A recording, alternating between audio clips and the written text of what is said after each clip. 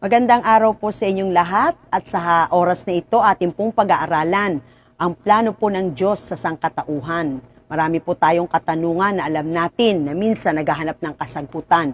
Pero minsan hindi po natin matagpuan. Alam niyo po ba, ang bawat katanungan ng tao, isa lamang po ang pwedeng sumagot niyan. Ang Diyos na lumikha po sa atin. Kaya atin pong pag-aaralan dito kung paano po ba ang plano ng Diyos mula nang nilikha niya ang mundo, ang tao at hanggang saan ang patutunguhan natin. Kaya po sa ating pong pag-aaralan po natin, una po sa lahat, na ang tao po ay galing sa Diyos. Ang sabi po sa Genesis 1:27, nilalangan ng Diyos ang tao ayon sa kanyang larawan. Lumalang siya ng isang lalaki at isang babae. So, sa wikang Banyaga po, so God created human beings, making them to be like Himself. He created them male and female. So, doon natin makikita sa ating pong pinasa na tunay nga ang Diyos ang pinagmulan, ay ang Diyos ang pinagmulan ng tao. Sorry po. So doon natin makikita, nilikha ng Diyos ang tao. Para sa ano pong purpose, ano pong dahilan, at bakit ganito ang nangyayari sa mundo. At maraming tao ang hindi maganda ang sitwasyon, may mga sakit at karamdaman, may mga problema, pangangailangan. Ano po ba ang nangyari pagkatapos likhain ng Diyos ang tao? Kaya yan po ang ating pag-aralan para maunawaan po natin ang kaligtasan na inihanda ng Diyos para sa atin. Tayo muna po yumukot manalangin. Panginoon, pagpalain mo po ang katotohanan ng aming pag-aaralan sa oras na ito upang malaman namin, Panginoon, ang purpose mo, bakit mo nilikha ang tao, ang dahilan, bakit ganito ang buhay ng tao, at ang patutunguhan ng tao. Hayaan mo patuloy namin itong maunawaan sa pamamagitan ng pag-aaral ng iyong mga salita. Samahan niyo po kami't bigyan ng karunungan at ang bawat makikinig, Panginoon, ng bidyong ito, Lord God, nawa ang kaligtasan ay pumasok sa puso nila at ang Espiritu Santo ang magpaunawa sa kanila ng katotohanan patungkol sa kaligtasang kailangan po ng bawat nilalang. Salamat po, Ama, sa iyo ang papurit pa sa salamat sa pangalan ni Jesus. Amen. So sa ating pong binasa, makikita po natin doon na ang tao, ang Diyos ang lumalang.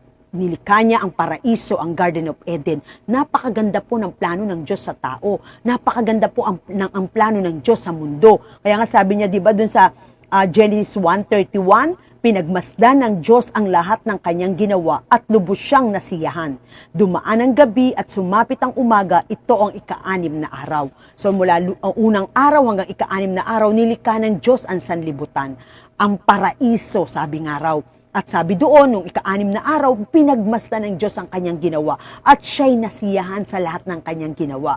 Pero doon natin makikita kung bakit kung nasiyahan ang Diyos sa kanyang ginawa, paraiso ang una niyang nilikha, bakit ngayon ganito ang mundo? Bakit ngayon ganito ang lagayan ng tao? Bakit ngayon ganito ang sitwasyon natin? Bakit may mga sirang pamilya? Bakit may mga namamatay sa sakit at karamdaman? Bakit may nabubuhay sa kahirapan? Bakit mayroong mga iniiwanan ng mga anak at mga mag-asawang naghihiwalay? Bakit ito ba ang paraisong nilikha ng Diyos para sa tao? Mga katanungan po natin yan. Kaya yung iba sa atin, pag nakakaranas ng matinding pagsubok at problema na halos hindi na natin kaya, nagagawa nating magalit sa Diyos, nagagawa nating questionin ang Diyos, nagagawa nating libakin ang Diyos. Bakit? Dahil alam natin na ang Diyos ang may-ari ng mundo, ang lumikha sa tao. Pero bakit ganito naging bunga nung sinasabi niyang nilikha niyang maganda at paraiso sa umpisa?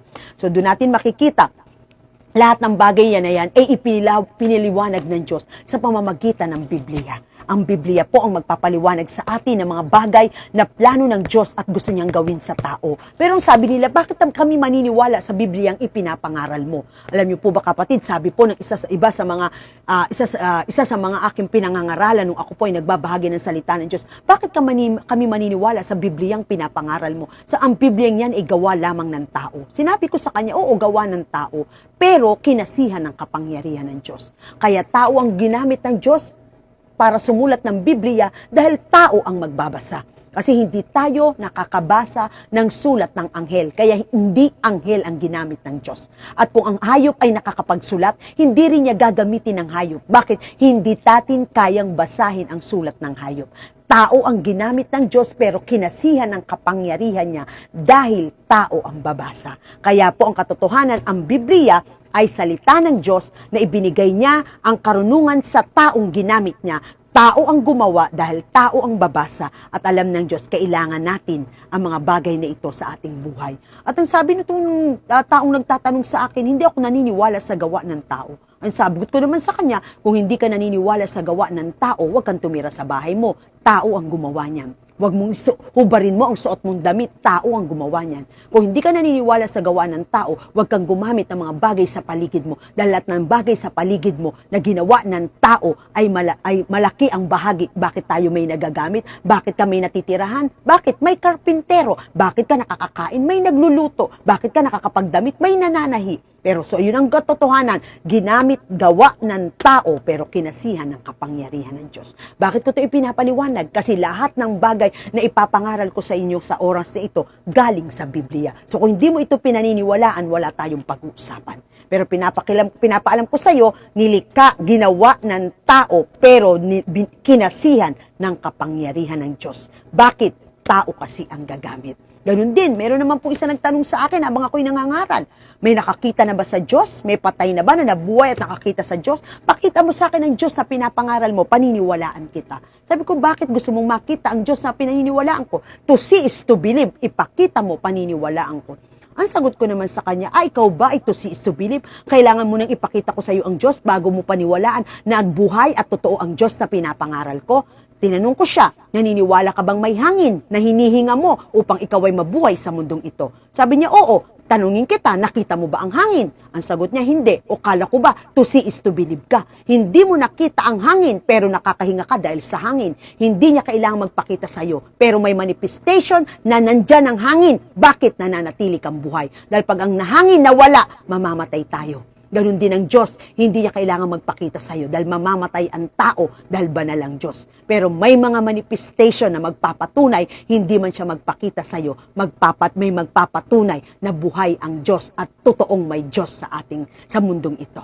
So yun po, nais ko lang pong ipaunawa yan sa inyo para tayo po'y magkaintindihan dahil ang ipangangaral ko sa inyo, salita ng Diyos na gawa ng tao pero kinasihan ng kapangyarihan niya. Ang ipangangaral ko sa inyo, Diyos na hindi nakikita. Pero sabi ng Diyos, kung may pananampalataya ka, ipakikita niya sa iyo ang bunga ng pananampalataya mo. Dahil sabi ng Diyos, hindi ka niya kalulugdan kung wala kang pananampalataya. At ano pananampalataya? Paniniwala mo sa mga bagay na hindi mo nakikita at ikaw nagtitiwala kang magaganap ang mga bagay na inaasahan mo. So, hindi natin nakikita ang Diyos, pero nananampalataya tayo nandiyan at merong Diyos. So, yan po ang ating pag-uusapan. Ang sabi po doon, bakit po nasira ang paraisong ginawa ng Diyos kung maganda ang plano niya sa tao? Pumasok po kasi ang kasalanan. Nung nag-utos ang Diyos, lahat ng puno dito ay pwede niyong kainin. Pero ang puno ng kasamaan, ang bunga ng pagkaalam ng mabutit masama, huwag niyong gagalawin. Sabi po ng Diyos, pero na-tempt si Adan at Eva ng kaaway ni Satanas sa pamamagitan ng anyo ng isang ahas. Kaya po si Eva ay nabigkani sa ganda ng bunga ng kaalaman at mabutit masama. At yun ay kinain nila at shinare niya kay Adan. At pumasok ang kaalaman ng mabutit masama, pumasok ang kasalanan. Ano ang kasalanan unang-unang pumasok? Pagsuway. Sinuway nila ang utos ng Diyos. Ano po ba magiging bunga pag ang tao'y nagkasala? Sabi sa Romans chapter 3, 10-12, ayon sa nasusulat, walang matuwid, wala kahit isa. Walang nakauunawa, walang humahanap sa Diyos. Ang lahat ay lumihis ng landas at nagpakasama. Walang gumagawa ng mabuti, wala kahit isa. So nung pumasok ang kasalanan sa sanlibutan dahil sa pagsuway ng ninuno nating si Adan at Eva, ang lahat ng tao ay binilang na makasalanan. Kaya sabi sa Romans 3:10, walang matuwid, wala kahit isa. Lahat nagkakasala basta tao. Kahit ministro, kahit pastor, kahit pare, basta tao nagkakasala. Kaya doon pinakita ng Panginoon, ang tao'y nagkakasala. Kaya pumasok po ang bunga ng kasalanan, pumasok ang kamatayan, pumasok ang mga problema at pagsubok. Bakit? Dahil ang pagsuway ay may bunga na hindi maganda sa buhay ng taong susuway. Kaya sabi po sa Romans 6:23, sapagkat kamatayan ang kabayaran ng kasalanan, ngunit ang kaloob ng Diyos ay buhay na walang hanggan sa pamamagitan ni Kristo Jesus na ating Panginoon. So kaya pala ang kamatayan pumasok sa puso sa buhay ng tao. Dahil sabi ng Biblia ay Romans 6:23, ang kabayaran ng kasalanan, kamatayan. So kung lahat ng tao makasalan at nagkakasala, lahat dapat magbayad. Kaya dapat lahat tayo mamamatay para mabayaran ang kasalanan. At kung tayo mamamatay na makasalanan, ang pupuntahan natin ay kapahamakan. Sabi po ng Biblia, sa impyerno, kasi makasalanan tayo. Pero ang sabi ng Biblia, sapagkat ang lahat ay nagkasala, Romans 3:23, at walang sino mang karapat-dapat sa paningin ng Diyos. So kung hindi tayo karapat-dapat sa paningin ng Diyos, lahat tayo ay nagkasala, babayaran natin to. At tayo, ano ang kabayaran? Kamatayan. At kung mamamatay tayo na hindi karapat-dapat sa paningin ng Diyos, tayo ay mapupunta sa kapahamakan.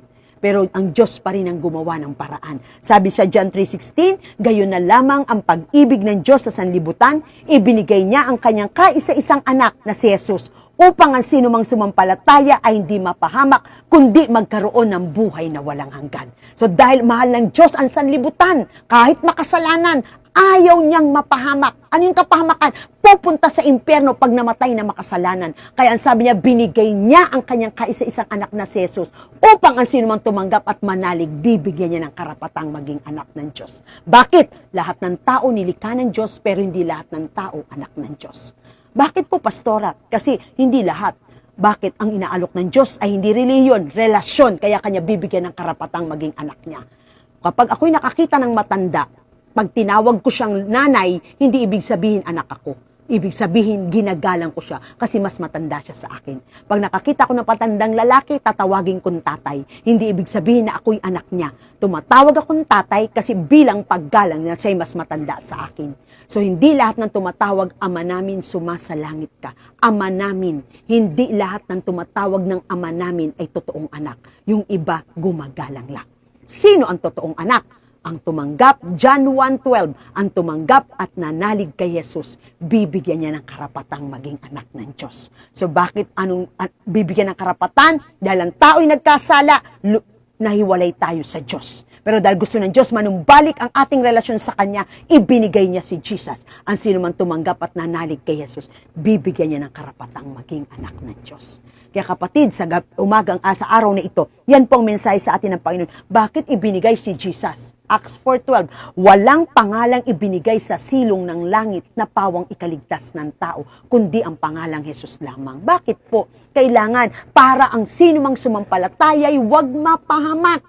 Sanang anong kapahamakan pumunta sa impyerno dahil tayong lahat ay makasalanan, kundi magkaroon ng buhay na walang hanggan. Paano magkakaroon ng buhay na walang hanggan? Pag tinanggap mo si Jesus na namatay sa krus ng Kalbaryo para bayaran ang kasalanan mo at kasalanan ko, pupunta tayo sa kalangitan, nandun ang buhay na walang hanggan. So yun ang gusto pong ipakita sa atin ng Panginoon. Kaya po gusto ipakita sa atin dito ng Diyos na ang lahat ng tao ay gusto ng Diyos makarating sa kalangitan.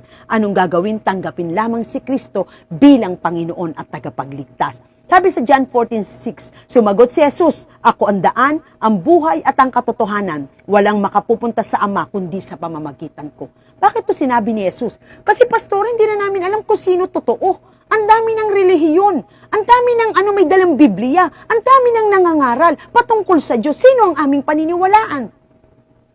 Lahat naman ng pananampalataya, nagsasabi, kami ang tama, sumali kayo sa amin. Kami ang tama, nasa amin ang kaligtasan, mag-join kayo sa amin. Hindi kayo mag-join sa isang grupo ng mananampalataya kung ang kanilang ipinapangaral, kami ang mali, sumali kayo sa amin. Lahat sinasabi nila, sila ang tama. Lahat sinasabi, sila ang daan para magkaroon ka ng buhay na walang hanggan. Kami hindi po yan ang sasabihin namin, hindi grupo namin.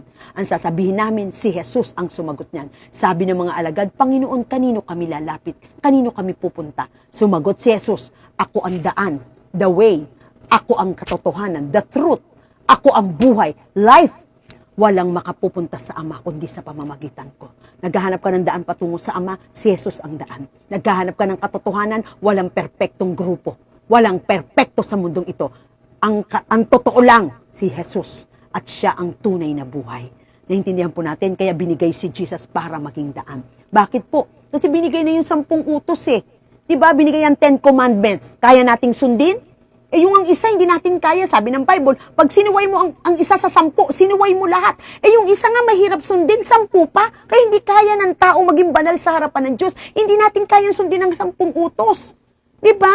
Yun nga lang, Pilipino pa, masunurin tayo. Dito nga sa Pilipinas, kung saan bawal umihi, dun mapanghi. O kaya ba nating sundin? Kung saan bawal magtapon ng basura, doon tayo nagtatapon ng basura. Kung saan bawal tumawid, doon tayo tumatawid. Hindi madaling sumunod sa lahat, napakahirapan sumunod. Kaya sabi ng Diyos, paano maliligtas ng taong kanyang sarili? Paano siya magiging banal sa harapan ng Diyos? Kung yung 10 utos, isa hindi kayang masunod, 10 pa? Kaya ang sabi ng Diyos, hindi kaya nila anak. Kaya ang sabi ng Diyos, anak, bumaba ka para ikaw ang magbabayad ng kasalanan ng tao. At kapag tinanggap ka nila at nanalig silang namatay ka sa krus ng Kalbaryo at tinanggap ka nila, bibigyan ko sila ng karapatang maging anak ng Diyos. Kaya ang sabi sa John 12:12, ang sino mang tumanggap at nanalig kay Jesus, bibigyan niya ng karapatang maging anak ng Diyos. John 17:3, ito ang buhay na walang hanggan, ang kilalanin kanila ang iisa at tunay na Diyos at si Jesucristo na iyong sinugo. Kung naniniwala ka sa sinugo ng Diyos na si Kristo, ang sinugo pag tinanggap mo, tinatanggap mo ang nagsugo sa Kanya. At ang sabi sa John 3:17, kapagkat sinugo ng Diyos ang Kanyang anak, hindi upang hatulang maparusahan ng sanlibutan, kundi upang iligtas ito sa pamamagitan niya. So hindi niya sinugo si Jesus para hatulan ka at hatulan ako na makasalanan. Hatulan tayong lahat tayo makasalanan. Sinugo niya si Jesus hindi para hatulan tayo, kundi tayo'y magkaroon ng, hindi upang hatulang maparusahan ang sanlibutan, kundi upang iligtas ito sa pamamagitan ni Jesus. So kaya sinugo si Jesus hindi para hatulan tayo na tayo makasalanan, kundi upang iligtas tayo sa ating kasalanan at tayo'y maligtas sa pamamagitan ni Kristo na sinugo ng Diyos. Ang author po ng kasalanan, si Satanas, wala tayong pwedeng itago sa kanya. Pwede mong itago sa tao, pwede mong itago sa asawa at magulang mo, pero hindi mo pwedeng itago sa Diyos at kay Satanas. Kaya pag humarap tayo sa Diyos Ama, ano sasabihin ni Satanas? Hindi pwede ang babaeng yan sa langit. Yan Janet na yan, hindi pwede yan sa langit. Ganito yan, ganyan yan, ito yan, ganito yan. Guilty naman tayo. Bakit? Guilty ako, hindi ako perfecto. Nagkakamali tayo, nagkukulang tayo, may kahinaan tayo, nagkakasala tayo. Yun ang reality habang tayo'y nasa mundo't nasa laman. Ang katawang ito'y makasalanan. So habang nandito tayo, nag-i-struggle tayo sa paggawa ng mabuti. So guilty ako pagharap ko sa Diyos. Pero sasabihin ni Jesus, ang ating advocate, sasabihin ni Jesus, Ama, totoo sinasabi ni Satanas sa babaeng ito, na may kahinaan ng babaeng ito, ang taong ito ay mayroong nagkukulang, hindi yan perpekto, nagkakamali yan, nagkakasala yan. Pero sasabihin ni Jesus, pero 2,000 years ago, Ama, namatay ako sa krus ng Kalbaryo, ipinako ako para sa kasalanan ng mundo. At tinanggap ako ni Janet sa puso niya bilang Panginoon at tagapagligtas. Nanampalataya si Janet na namatay ako sa krus ng Kalbaryo para bayaran ang lahat ng kasalanan niya. Kaya Ama, si Janet Damaso ay tinanggap ako bilang tagapagligtas niya. Kaya sasabihin ng Diyos Ama, pagharap ko sa Kanya, Janet, Kau Damaso, not guilty. Welcome to heaven. Relihiyon? Hindi. Mabuting gawa? Hindi.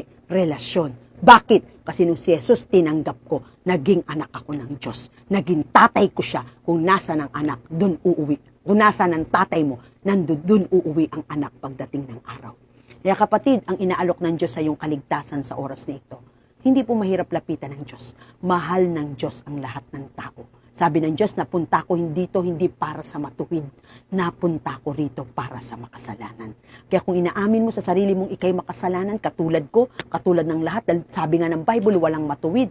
Kapatid, ikaw ang hinahanap ng Diyos. At kung willing kang tanggapin si Jesus at mananampalataya ka na namatay siya sa krus ng Kalbaryo para bayaran ang lahat ng kasalanan mo at kasalanan ko, bibigyan ka ng karapatan ng Diyos na maging anak niya. At mula sa araw na ito, may tatay ka na sa langit. Sabi ng Biblia, kung kayong mga magulang dito sa lupa, marunong bagamat may masama, marunong magbigay ng mabuti sa inyong mga anak, lalong higit ako na Ama niyo sa langit, ibibigay ko yung pinakamabuti para sa iyo. Kaya kapatid, sumunod ka sa maikling panalangin, babanggitin ng aking labi. Hindi ko papalitan ng relihiyon mo, manatili ka dyan. Ang inaalok ng Diyos, relasyon. Gusto kanyang maging anak. Paano ka magiging anak? Makasalanan tayo. Tanggapin mo si Jesus, bibigyan kanya ng karapatang maging anak ng Diyos. Dahil sa pagbubo ng dugo ni Jesus, sabi ng Bible, kung walang pagbububo ng dugo, walang kapatawaran ng ating kasalanan. Pero dahil sa banal na dugo na nabubo sa krus ng Kalbaryo, napatawad tayo sa lahat ng ating kasalanan. Dahil sa banal na dugo ni Jesus, tayo'y nalinis na sa lahat ng bagay. Dahil sa banal na dugo ng Panginoong Jesus na nabubo sa krus ng Kalbaryo, tayo'y naging banal sa harapan ng Diyos. Kaya yung tatay nating banal, naging banal tayo dahil kay Kristo, bibigyan kanya ng karapatang maging anak niya. Sumunod ka sa maikling panalangin, babanggitin ng aking labi, ariin mo sarili mong panalangin. Mula sa puso mo, sabihin mo, Panginoon, lumalapit po ako sa iyo. Inaamin ko po, ako'y isang makasalanan. Sa oras na ito, binubuksan ko po ang aking puso. Humihingi ako ng tawad sa lahat ng kasalanan na aking nagawa mula pagkabata hanggang sa kasalukuyan. Tinatanggap ko si Jesus bilang Panginoon at sariling tagapagligtas. Nananampalataya ako namatay siya sa krus ng Kalbaryo para bayaran ang lahat ng kasalanan ko. Salamat po, Panginoon, sa kapatawaran, sa buhay na walang hanggan, sa kaligtasan, at sa pagbibigay mo sa akin ng karapatan na maging anak ng Diyos dahil kay Kristo. Isulat mo, Panginoon, ang aking buhay, ang aking pangalan sa aklat ng buhay, sa pangalan ni Jesus. Ako na lang po mananalangin. Kapatid, kung sumunod ka sa maikling panalangin, binanggit ng aking labi. Congratulations. Sa oras na ito, binigyan ka ng Diyos ng karapatang maging anak niya. At sa oras na ito, Lord, dinadalangin ko sa iyo mga kapatid naming tumanggap sa iyo.